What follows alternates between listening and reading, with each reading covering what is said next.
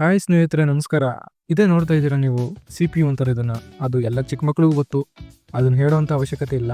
Side ಕೇಸ್ನ open ಮಾಡಿ ನೋಡಿದಾಗ ಇಷ್ಟು ಸಿಕ್ಕಾಪಟ್ಟೆ ಧೂಳಿತ್ತು. ನನಗನ್ಸೋ ರೀತಿ ಚೆನ್ನಾಗಿ ಮೇಂಟೈನ್ ಮಾಡಿಲ್ಲ ಕಸ್ಟಮರ್ ಈ ಸಿಸ್ಟಮ್ನ. ಸೊ ಅವ್ರ ಕಸ್ಟಮರ್ ನನ್ಗೆ ತಂದು ಕೊಟ್ಟಿರೋದು ಏನಪ್ಪ ಅಂತಂದ್ರೆ, ನೀಟಾಗಿ ಕ್ಲೀನ್ ಮಾಡಿಕೊಡಿ ಸಿಸ್ಟಮ್ನ ಅಂತ. ಅದಕ್ಕೆ ನಾನು ಮದರ್ ಬೋರ್ಡು, SSD, SMPS ಎಲ್ಲಾನು ಹೊರಗೆ ತೆಗೆದು ಅದರಲ್ಲಿರೋ ಧೂಳನ್ನೆಲ್ಲ ಕ್ಲೀನ್ ಮಾಡಿ ಮತ್ತೆ ಅಸೆಂಬಲ್ ಮಾಡೋಣ ಅಂತ ಯೋಚನೆ ಮಾಡಿದೆ. ನೀವೇ ನೋಡ್ತಾ ಇದ್ದೀರಲ್ಲ ಮದರ್ ಬೋರ್ಡ್ಗೆ ಎಷ್ಟು ಧೂಳು ಹಿಡಿದೋಗಿದೆ ಅಂತ. ಇಷ್ಟೇ ಸಾಕಲ್ವಾ ಕಂಪ್ಯೂಟರ್ ಹಾಳಾಗೋದಕ್ಕೆ? ಮದರ್ ಬೋರ್ಡ್ ಎತ್ಕೊಂಡು ನೋಡ್ತಾ ಇದ್ದೀನಿ, ಏನಾದ್ರು ವಾಟರ್ ಡ್ಯಾಮೇಜು, ಕರೋಜನ್, ಬರ್ನಿಂಗ್ ಇಶ್ಯೂಸ್ ಏನಾರು ಆಗಿದೆ ಅಂತ. ಪೇಂಟ್ ಬ್ರಷ್ ಎತ್ಕೊಂಡು ಕ್ಲೀನ್ ಮಾಡ್ಕೊತಾ ಇದ್ದೀನಿ. ನೀವು ನೋಡ್ತಾ ಇರ್ಬೋದು ಸ್ನೇಹಿತರೆ, ಕ್ಲೀನ್ ಮಾಡಿದಷ್ಟು ಧೂಳು ಬರ್ತಾನೆ ಇದೆ. ಪೇಂಟಿಂಗ್ ಬ್ರಷ್ ಯೂಸ್ ಮಾಡ್ಕೊಂಡು ಎಷ್ಟು ಕ್ಲೀನ್ ಮಾಡೋಕ್ಕಾಗುತ್ತೋ ಅಷ್ಟು ಕ್ಲೀನ್ ಮಾಡಿದ್ದೀನಿ.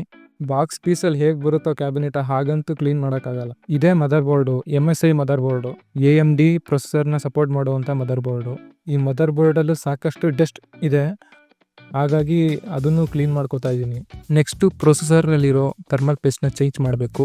ಅದಕ್ಕೆ ಫ್ಯಾನ್ನ ಮತ್ತು ಅದರಲ್ಲಿರೋ ಹೀಟ್ ಸಿಂಕ್ನ ರಿಮೂವ್ ಮಾಡಿ ಹೊಸದಾಗಿ ಥರ್ಮಲ್ ಪೇಸ್ಟ್ ಹಾಕ್ತಾ ಇದ್ದೀನಿ. ಹಳೆ ಥರ್ಮಲ್ ಪೇಸ್ಟು ಗಟ್ಟಿಯಾಗ್ಬಿಟ್ಟಿತ್ತು, ಅದಕ್ಕೆ ಟಿಶ್ಯೂಯಿಂದ ಕ್ಲೀನ್ ಮಾಡ್ಕೋತಾ ಇದ್ದೀನಿ.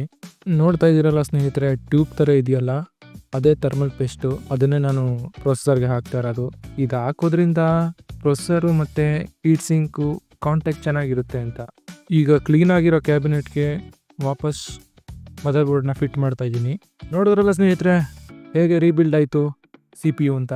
ಇದೇ ರೀತಿ ರಿಪೇರಿಂಗ್ ಕಂಟೆಂಟ್ಗಳಿಗೆ ನನ್ನನ್ನು ಫಾಲೋ ಮಾಡಿ, ಪ್ರೋತ್ಸಾಹಿಸಿ. ಧನ್ಯವಾದಗಳು.